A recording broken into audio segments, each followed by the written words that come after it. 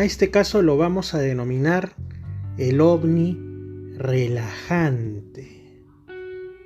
Este caso ocurrió en marzo de 1958 en Buamama, Argelia, que por entonces todavía era una colonia francesa, si bien ya estaba avanzando el proceso de descolonización. Pero bueno, cuento esto para que se entienda el contexto de la persona que fue testigo de este singular suceso. Eran las 00:30 horas, es decir, media hora después de la medianoche, noche cerrada completamente, oscura, y un legionario francés de 28 años, jovencito, que se encontraba de guardia en el campamento de Buamama, en el desierto al sur de Constantín, una de las principales urbes de aquel país, informó que por aquellas horas empezó a escuchar un silbido que parecía provenir del cielo, por lo cual miró hacia arriba, topándose con un objeto muy grande, de unos 1000 pies de diámetro, bajando a unos 150 pies de distancia de él. Ya después vemos cuánto es eso en metros, pero si lo sorprendió ha de ser bastante.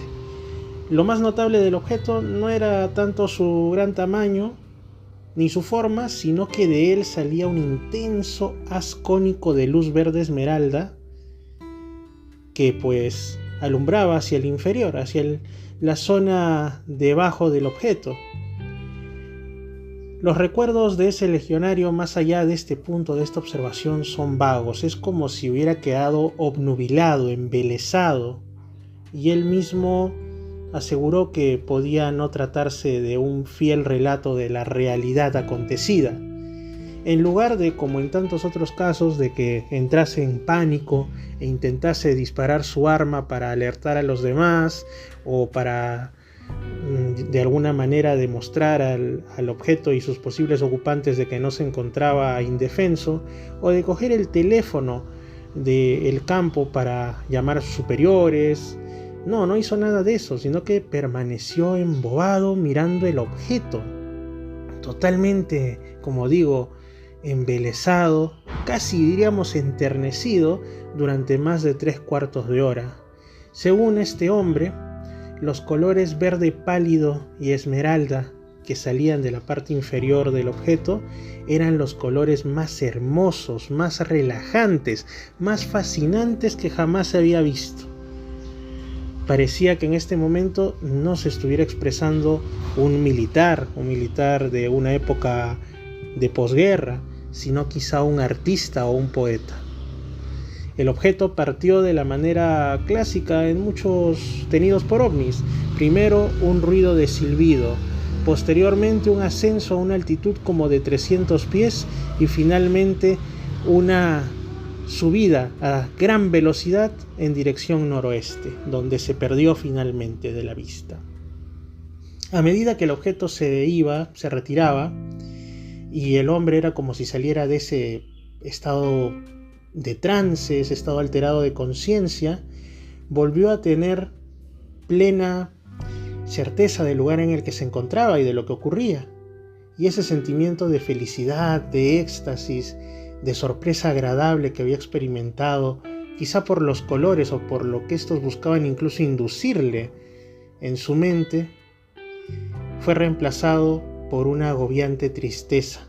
Ahí sí cogió el teléfono e informó de lo que había visto sus superiores, los cuales inicialmente pensaron que la experiencia era algún tipo de alucinación visual debido al estrés.